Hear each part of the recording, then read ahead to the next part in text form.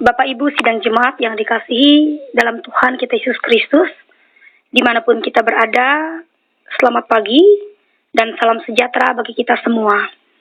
Mengawali hari yang baru yang Tuhan anugerahkan bagi kita, Jumat 15 Juli tahun 2022, saya mengajak kita bersama mendasarinya dengan firman Tuhan, sesuai dengan almanak yang terdapat dalam kitab Perjanjian Baru, Kitab Efesus pasal yang ketiga, ayat yang ke-14 sampai dengan ayat yang ke-21, di bawah judul perikop Doa Paulus. Mari kita berdoa sebelum kita membaca dan merenungkan firman Tuhan. Bapa dalam surga, terima kasih untuk hari yang baru yang Tuhan anugerahkan bagi kami. Sebentar kami ingin membaca dan merenungkan firman-Mu. Kami mohon Tuhan memberi kami hikmat dan kemampuan, agar kami mengerti dan memahami akan firman-Mu, dan mampukan kami tidak hanya menjadi pendengar, tetapi menjadi pelaku firman Tuhan dalam kehidupan kami, hari lepas hari. Dalam nama Yesus, kami berdoa dan bersyukur. Amin. Demikian bunyi firman Tuhan. Itulah sebabnya aku sujud kepada Bapa, yang daripadanya semua turunan yang di dalam surga dan di atas bumi menerima namanya.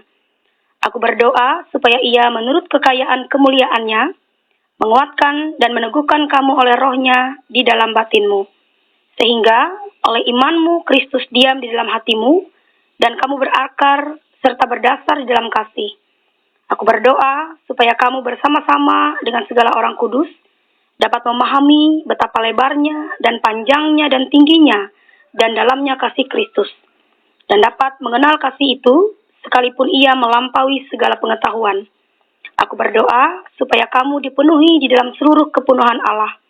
Bagi Dialah yang dapat melakukan jauh lebih banyak daripada yang kita doakan atau pikirkan, seperti yang ternyata dari kuasa yang bekerja di dalam kita. Bagi Dialah kemuliaan di dalam jemaat dan di dalam Kristus Yesus turun-temurun sampai selama-lamanya. Amin. Bapak Ibu yang terkasih dalam Tuhan kita Yesus Kristus, pada umumnya, kecenderungan orang dalam berdoa adalah memohon agar segala keinginan atau kehendaknya dikabulkan oleh Tuhan. Namun, dalam nas kita hari ini, Rasul Paulus mendorong kita memiliki sikap doa yang berbeda, yaitu menjadikan kehendak Allah sebagai landasannya. Dan di samping itu, Rasul Paulus mengajarkan kita untuk tidak hanya berdoa untuk keinginan pribadi kita saja, tetapi juga untuk orang lain atau untuk kepentingan orang lain. Kita melihat dalam nas ini bahwa Rasul Paulus berdoa agar jemaat Efesus dikuatkan dan diteguhkan oleh Roh Allah berdasarkan kekayaan kemuliaannya. Dan inilah kebutuhan mendasar orang beriman, yaitu kehadiran kuasa Allah di dalam hidupnya. Rasul Paulus juga berdoa agar orang Kristen non-Yahudi sebagai bagian dari keluarga Allah dapat memahami kasih Kristus yang luar biasa itu. Dan umat yang telah mengalami kasih Kristus niscaya akan memahami kasih itu, serta mau hidup dan berakar serta berdasar di dalamnya. Tujuannya adalah agar jemaat Efesus dipenuhi oleh kepenuhan Allah.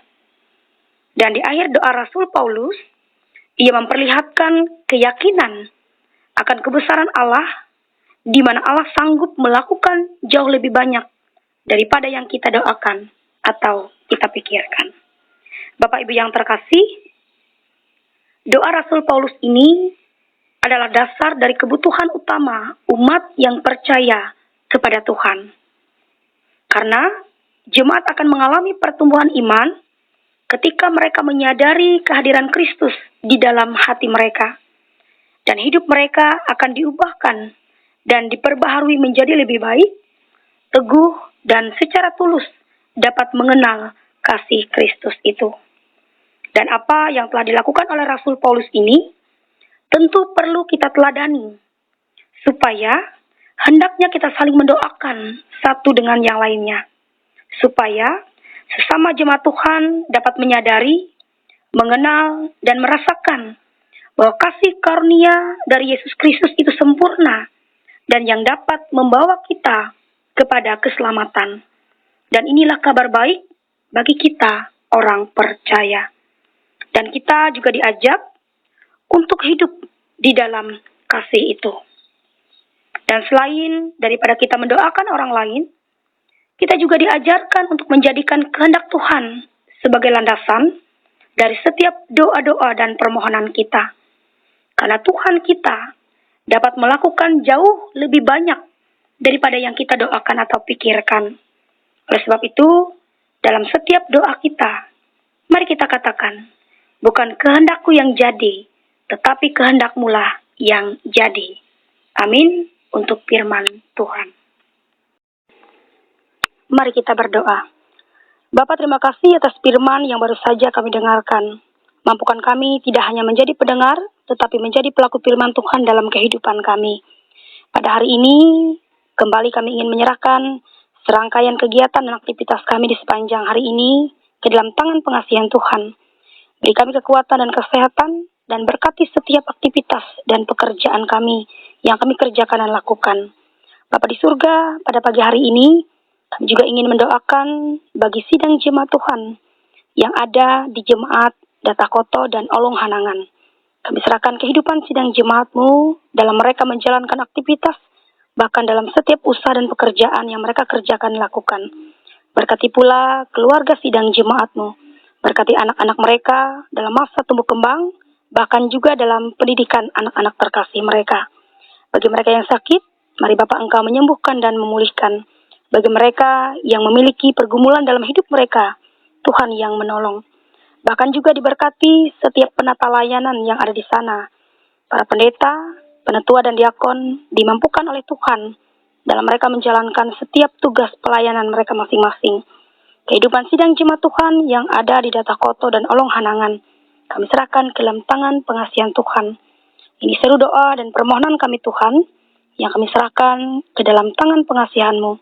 Bukan kehendak kami yang jadi, tetapi kehendak Tuhan saja yang terjadi. Dalam nama Yesus yang sudah mengajar kami bersama-sama berdoa demikian. Bapa kami yang di surga, dikuduskanlah nama-Mu. Datanglah kerajaan-Mu, jadilah kehendak-Mu di bumi seperti di surga. Berikanlah kami pada hari ini makanan kami yang secukupnya, dan ampunlah kami akan kesalahan kami, seperti kami juga mengampuni orang yang bersalah kepada kami. Dan janganlah bawa kami ke dalam pencobaan, tetapi lepaskanlah kami daripada yang jahat. Karena Engkau yang mempunyai kerajaan dan kuasa dan kemuliaan sampai selama-lamanya. Amin. Tuhan memberkati engkau dan melindungi engkau. Tuhan menyinari engkau dengan wajah-Nya dan memberi engkau kasih karunia. Tuhan menghadapkan wajah-Nya kepadamu dan memberi engkau damai sejahtera. Amin.